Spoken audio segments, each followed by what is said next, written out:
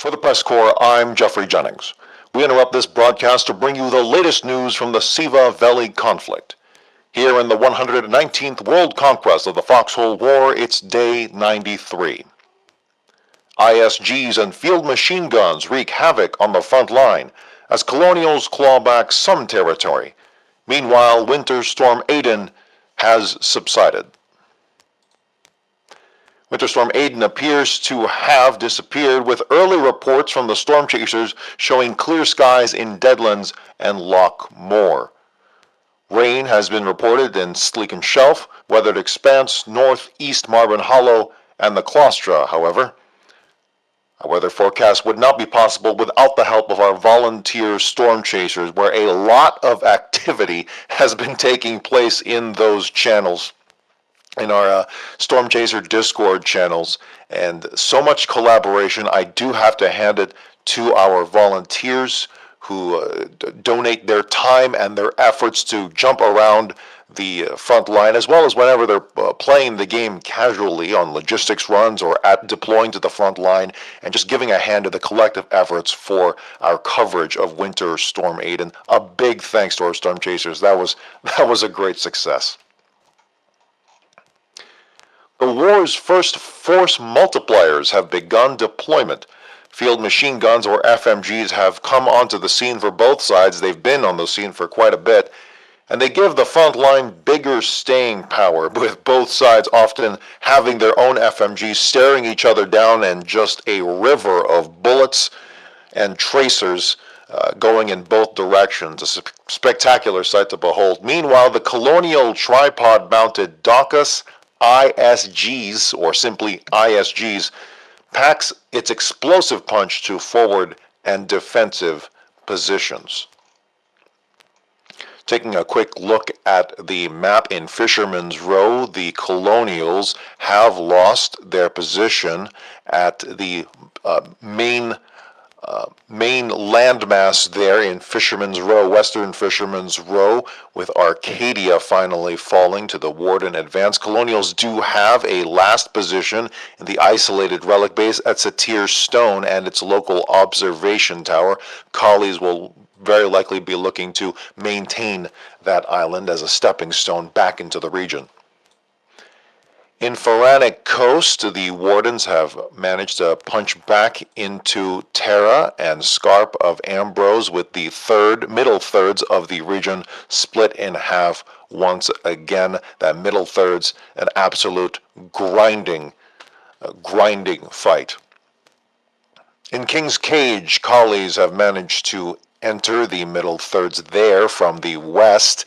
Not quite sure which region, whether from Westgate or Pharaonic Coast, but it's a moot point.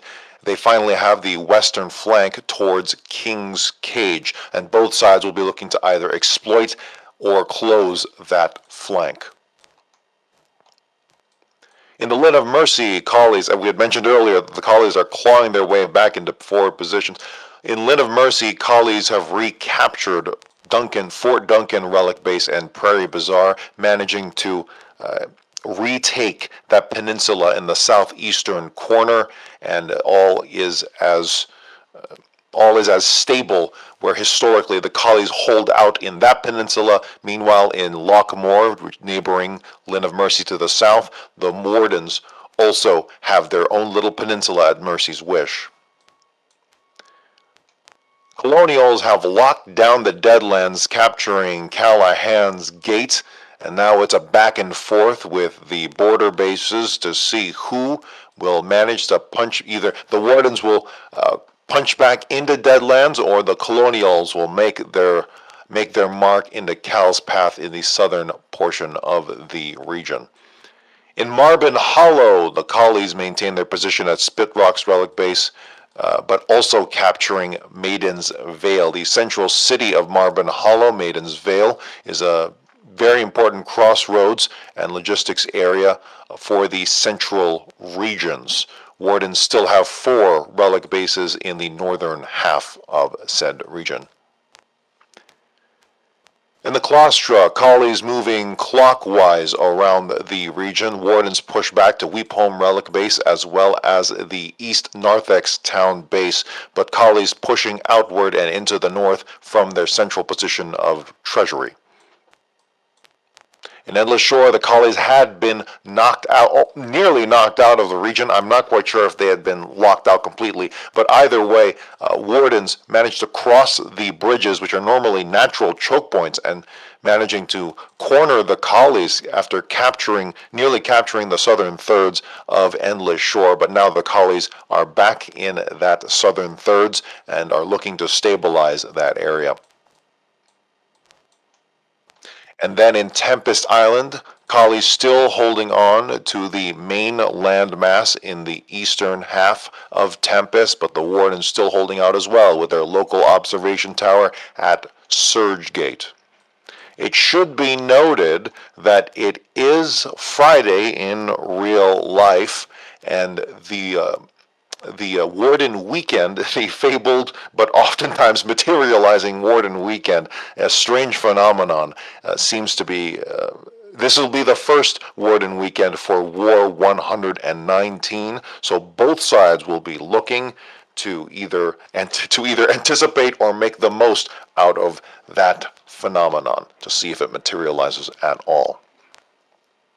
And we had skipped it earlier, but we'll look at the PressCorps casualty report from the PressCorps casualty office. As of day 94 now, the latest numbers coming in. Total combined casualties here in the war, 1.2 million. Collies clocking in at 621,000 dead, and Wardens at 609,000 dead. Deadliest region remains the Deadlands at 212,000 combined dead in that region. Second deadliest region, Endless Shore, at 157,000 combined dead. That's nearly about 50 to 60,000 less than the Deadlands. So, as usual, historically speaking, and we'll keep mentioning this until that record is not record, but rather that historical phenomenon is broken, where the Deadlands is the absolute grindfest of the war. Although with the colonial lockdown currently taking place, give or take, with some border fighting, of course, that is looking to that gives other regions a chance to maybe take that very, very morbid prize. That's about all I have for the moment, but stick around. We'll have plenty of more breaks coming up, and stay tuned for more music and for plenty more information. Stop by PressCorps World Headquarters through the Discord link below if you're watching this live. If you're watching this live on Twitch or on a playback on YouTube, there should be links in the description there. Stop by, you'll get the latest information as it comes out. But for the PressCorps, I'm Geoffrey Jennings. Good night, good fight, but stay tuned. The PressCorps is an all-volunteer creative collective of reporters, broadcasters, artists, and more from the MMO video game Foxhole, developed by Siege Camp. Our mission is to engross our audience in and amplify the stories of this unique war ecosystem. The PressCorps was founded in 2018 by former Planetside 2 Radio Free Auraxis host, CaptainInArms. It is a separate community entity and is not officially representative of Siege Camp. For more information, visit our website at PressCorpsGaming.com. That's PressCorps gaming.com.